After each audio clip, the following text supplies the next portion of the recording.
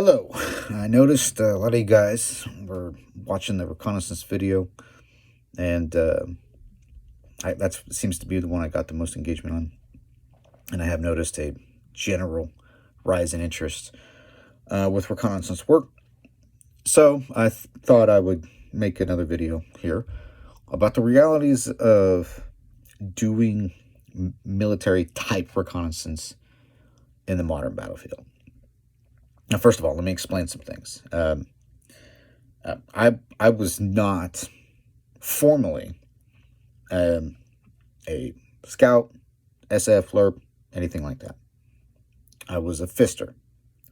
I was a one of these guys, and there is a significant amount of overlap. This is literally from back when I learned how to do this, like a long time ago. This is my school. That's Blockhouse Signal Mountain sector sketch in Fort Sill, Oklahoma, that I did when you're supposed to do every time you occupy an observation post. But I digress. There's a significant amount of overlap. Like, everybody has their specialty. And I'm going to illustrate that to you really quickly. This is a book called Dead Center by a guy named Ed Kugler. He did sniper work in Vietnam. And a huge proportion of what he also did was reconnaissance. It's a book written by a Navy SEAL in Vietnam. And a majority of the work that they did in Vietnam was to ambush sampans that were resupplying Viet Cong bases in the Mekong Delta region. But also significantly overlap with doing reconnaissance work. And the skills to be able to infiltrate into enemy territory to set up ambushes very much overlap with the skills to be able to infiltrate and snipe enemy or put eyes on. This is literally the book, a catalog of the 3rd Marine Reconnaissance Battalion in Vietnam. They were up in I Corps in northern South Vietnam. And their job, literally, was to do reconnaissance work. But that was their job title.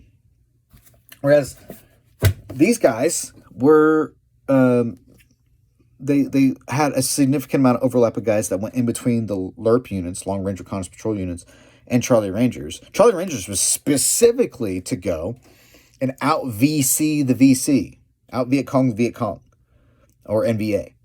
Go deep into their territory, set up ambushes in their territory, and kill them, and then collect the intelligence off of the dead body. Or they would do prisoner snatches, too. They try and leave a survivor and take them back with them so they can get intelligence. So Dick Marcinko, like, this crazy bastard took leave while in Vietnam so he could leave the area that he was in to go do work outside of where he was in when Tet happened to kick off. And he was with an Army Special Forces guy who ended up getting the Medal of Honor. I can't remember his name. Because they had planned to do like a cross-border operation in-house in his group.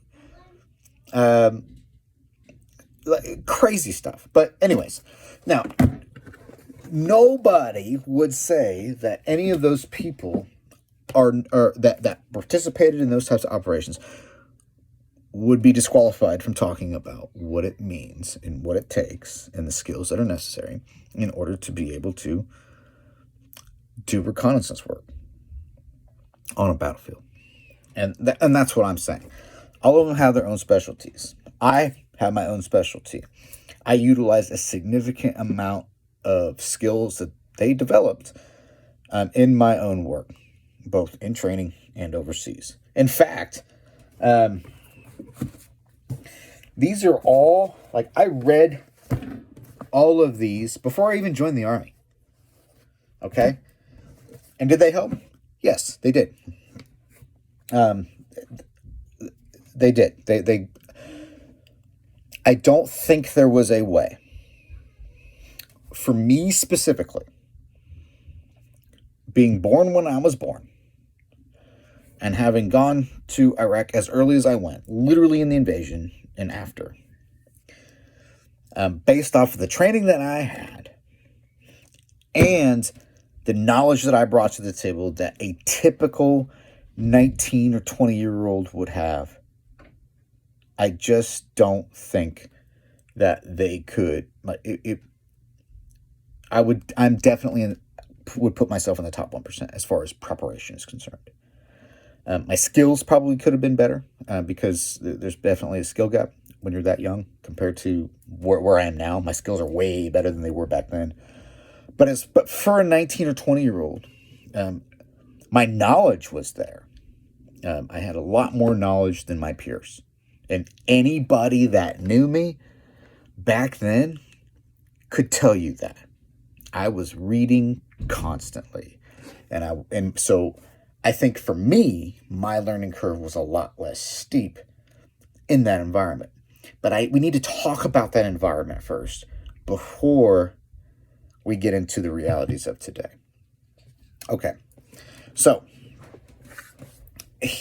there is first I want to talk about why is reconnaissance so popular? And I think I can answer that, at least to a degree. It's sexy.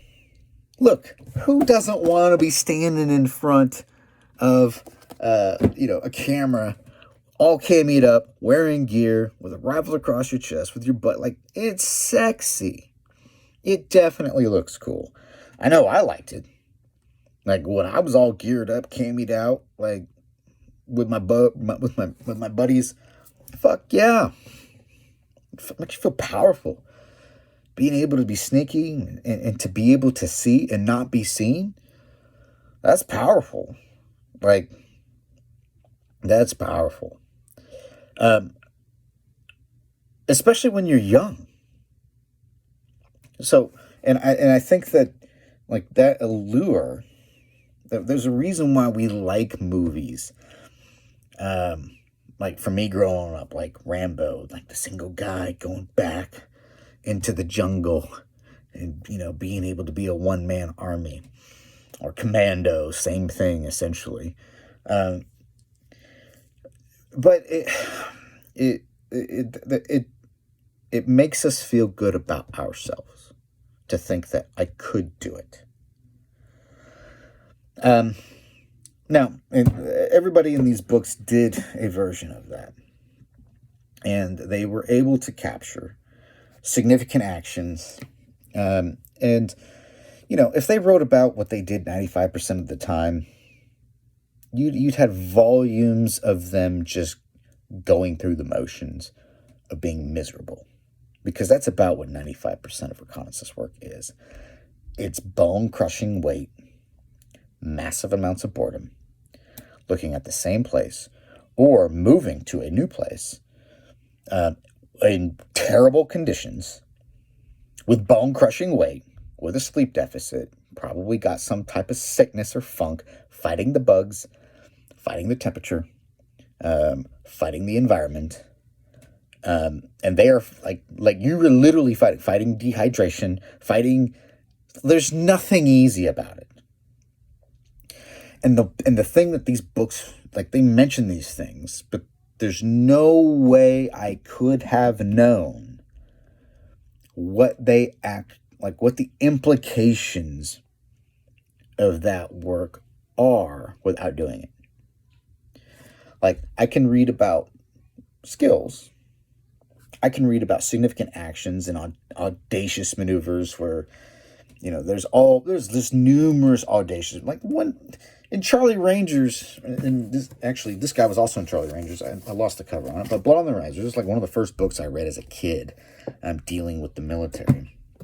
And he ended up in Charlie Rangers, and him and his crazy ass team attacked an NVA regiment in the jungle with their, I think they had 6 or 7 guys on their team. And won. Now, they lost a couple guys. He got wounded. But they called in gunships, man. And they ran amok, and they got extracted out of there. They survived it, like a lot of them did. And look, awesome, huge cojones to those guys. But even back then, in those conditions, which were more primitive than any conditions I was in, except for maybe a couple months during the invasion and thereafter, the benefit of the entire United States military apparatus at their disposal. Like, if they can see, if you are a soldier in the U.S. military, and I'm telling you this as somebody who did that for a very long time, and did it here and abroad, in active combat environments, while there's individual moments when we are in great danger, but when it comes to warfighting, nothing I did, or really anybody else in our military has done, has come close to what it would be for a typical Ukrainian or Russian fighting in Ukraine today, where we are regularly contending with somebody who has at least a comparable capability that we also possess. Like, I could always count on, always, and it was true for these guys too. There's no way that 7 or 8 dudes goes into an NVA regiment base camp, attacks it, and survives it on their territory under any other circumstances. If they'd have been South Vietnamese, they'd be dead. If they'd have been any other army, they'd be dead. If they were Ukrainians going into a Russian camp, they'd be dead. If they were Russians going into a Ukrainian camp, they'd be dead. Because we had complete air dominance. We had we had artillery operating bases, fire bases, where there was no place in South Vietnam that was not in artillery range of a fire base. And if they didn't have one, they would just helicopter them in, drop the artillery, make a fire base for 24 hours or however long they're going to be there, and then pick them up and leave. We still have that capability today.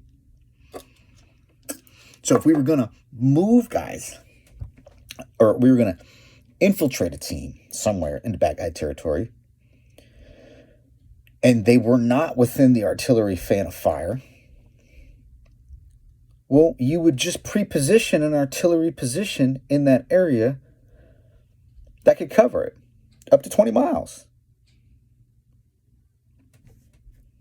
We still do that. They're doing it in Afghanistan. They literally had combat outposts that were just artillery, mixed mash of 777s and 119ers that they could put on mountaintops or wherever they were going to be to support the entire ring within the range fan of the artillery's range. And they could like leapfrog them so that they could support each other. All right, why am I talking about all of that? Because I think there is a bias from guys like me and me, where we assume that the skills that I learned doing that and reading about this is going to translate into if I had to use it here today. If I had a need to put face paint on and put my gear on and carry 100 pounds and carry 1,000 rounds of ammunition on my person and as a week's worth of water and food and ammo and antennas and radios and batteries, under what context would I be using that here? In a team environment. Like, that's the worst case scenario endpoint. If I got to suit up and do that again today, that means that everything is collapsed. And we are in an active combat situation in our homeland, here, doing those types of operations. Against whom would we do them?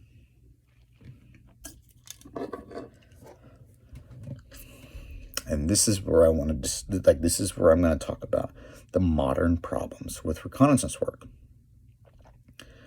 If I am going against an opponent that does not own the night, does not have the entire artillery apparatus of both the Army and the Marine Corps, and the Air Force or gunship apparatus of the Army, Marine Corps, Navy, and Air Force, I can get away with a lot. I can go snooping and pooping into bad guy territory. And if I get compromised, all I have to be able to do is survive long enough for the birds to get in the air. That's it. If you are doing it here, utilizing the skills that you've learned both in the service and out of the service, in the real world, if you have to use those skills, you will not have access to those things. All of your comms, like this, you're seeing this now. Idiots that went over to Ukraine are finding out that the second that you bring the thing that I'm recording on into the battlefield and it's on, it can be tracked, triangulated, and missiles can be launched at it.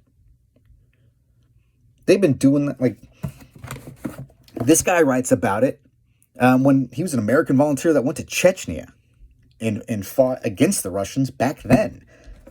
And they were finding their commanders through their walkie-talkies. That's back in the late 90s. Like, we've been able to do this a long time. And get online, and look up some of this footage, this drone footage. Drones are a problem, man. They are a problem. Because now these drones are coming equipped with not just night vision, but thermal vision. So when I could assume when I was doing this work over in Iraq, I could assume at the very least, if I could get it at night, I would have night vision. My enemy probably would not. And I would more or less have freedom of movement. And I could infiltrate or exfiltrate really to my heart's content. And I could set up lanes and corridors of air and artillery to cover my withdrawal or my advance, depending on what I was doing. Here's the deal. In a situation where you got to strap that rifle across your chest and face paint yourself up and move around at night, if those drones are in the air and you are in the wilderness and there is like many of you, I can tell the thermals are going to go right through the canopy. I can see your heat signature. I can tell more or less that you are not just regular people walking through the woods. What do you think is going to happen in that environment? At the very least, they're going to get a patrol out there to go intercept you. At the most, they're just going to launch a missile and kill you. This has been going, like, I want you to imagine this.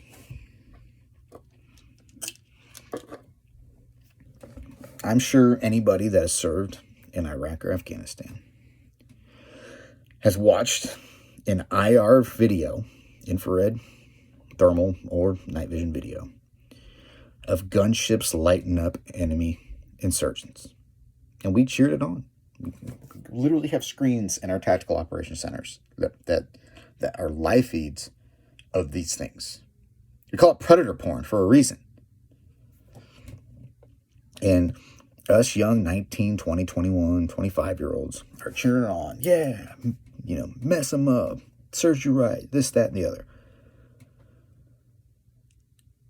And that's in the circumstance that we're talking about. If you're doing reconnaissance work today, if you have to, those people on the screen are going to be you. Now, think about that.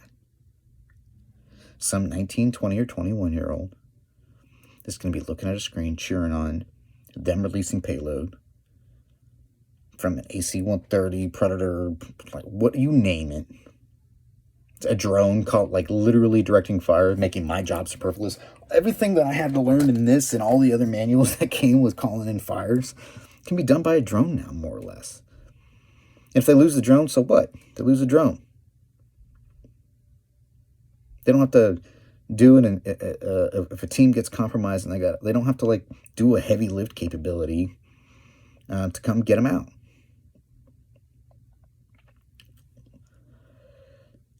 Will there be a need for it? Yes.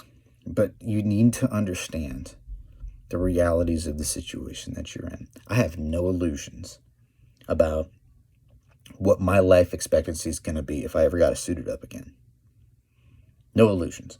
I am probably better equipped, better trained, more experienced, and fitter than 99% of you going out there that are thinking that you're going to go out there and do this.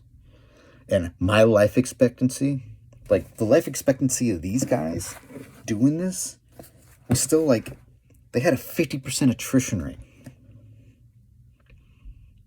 against an enemy that was not as well trained, that was not as well equipped, that didn't have all the benefits that we have. What do you think the attrition rate was against the enemies that we fought recently? What do you think they're, like, those that stayed and fought? We killed all those guys. We literally said it. Like, all the brave ones and dumb ones died right off the bat. And all the ones that survived were the ones that didn't make it self-evident that they were insurgents. And they insulated themselves in the civilian population centers. And they went underground. The intelligence collection, a vast majority of your intelligence collection is not going to come from these methodologies. You have to learn to infiltrate among the population centers. You're not going to glass or put glasses, binos or monoculars or telescopes onto a patrol in the boonies under those circumstances and get away with it indefinitely.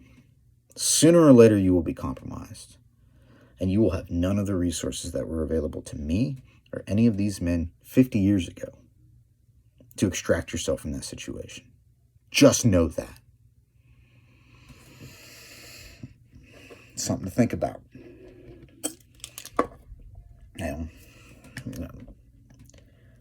So, like, the skills matter. They do. In the event that there's an EMP and we all go back to the 19th century, okay, now you got an overmatch again. But outside of that, understand exactly the predicament that you're going to be in. When I did it, it was miserable. Like, if these guys wrote about their day-to-day lives doing this work, like, it would just be countless pages of them trying not to go insane because they cannot keep the mosquitoes or flies off of them. Or how just bone tired they are because they're not sleeping very much. Because you can't. And even if you could, you wouldn't be able to. Not while you're out and about. You're never fully asleep. Or just the crushing weight of that rucksack on your back, digging into your shoulders, catching on everything that it can catch on. And you're barely covering, like, any movement in that more than a mile is just miserable. And you're trying to stay aware for a potential ambush. Like, that's under the best case scenario. That is under the best case scenario. You will not be in that scenario. So let's be realistic about what it is we're trying to do. I think they are useful skills to have. And there are times I've used things in these books that have helped me. Like Dick Marcinko, the guy that made SEAL Team 6, and before he made SEAL Team 6, he was a very known guy in the SEAL community that cut his teeth in Vietnam. Wrote a whole long thing in that book about rods and cones in the eyes. And he was able to kind of segue into that conversation about understanding the anatomy and physiology of how our eyes work, to utilize that to his advantage in a situation where they were infiltrating onto an enemy objective when they were doing anti-terrorism stuff, when they were making SEAL Team 6. It was a training exercise, but they had to go up to this house, and it was supposed to be a safe house of some sort, I think. I can't remember specifics of it. But essentially, a guard had come from inside of a building at night where it was fully lit and had stepped outside that house to smoke a cigarette or something. And how, because he had just come from a high light environment to a low light environment, and him and his team were literally feet away from this guy, but they were in the shadows, how because he knew that this guy's eyesight was compromised, he could feel confident that unless he moved, like as long as he didn't move, this guy was not going to be able to tell that they were there, not for a while. Because it takes 30 minutes to an hour for your eyes to adjust to low light conditions. And I would have not known, like I knew we were trained to, like, when flares go off, you shut one eye and keep one eye open so that one eye still retains night vision. That's why like flares are so bright, so that when they trip flares are, so when you set them up as a countermeasure, they not only do they mark the enemy position, but they ruin the night vision of the enemy right there. Not like goggle night vision, but your actual night vision. Like if you are in low light conditions and you're attuned, your eyes are attuned to those low light conditions, and there's even a little bit of moon out, you can do a lot, and it's very, very helpful. But as soon as a bright light comes on and it's at night, now you've lost that advantage. So your ability to accurately put down fire or not run into branches and trees and things like that, not only are you silhouetted against the backdrop of the trip flare because you just tripped it, and we know you're there because that's what sets off trip flares, but now your ability to respond effectively is compromised. Like, I know that so much better now. And I was introduced to it with this guy before I even joined the Army. Those are useful skills to have and knowledge to have. However, if you're doing it in an organized sense against other people that are wearing uniforms, make no mistake, it's not what you think it is. And no amount of my skills and knowledge and training and experience is going to make me any less visible when in a drone with thermals is in the air that I don't know about. So I don't even know to protect myself from it. And there's no easy way to protect from thermal imaging. No easy way. If I have to do that work. Anytime I have to move, it is almost impossible to obscure the entirety of my thermal signature. I'll be dead with the rest of them if that's the case.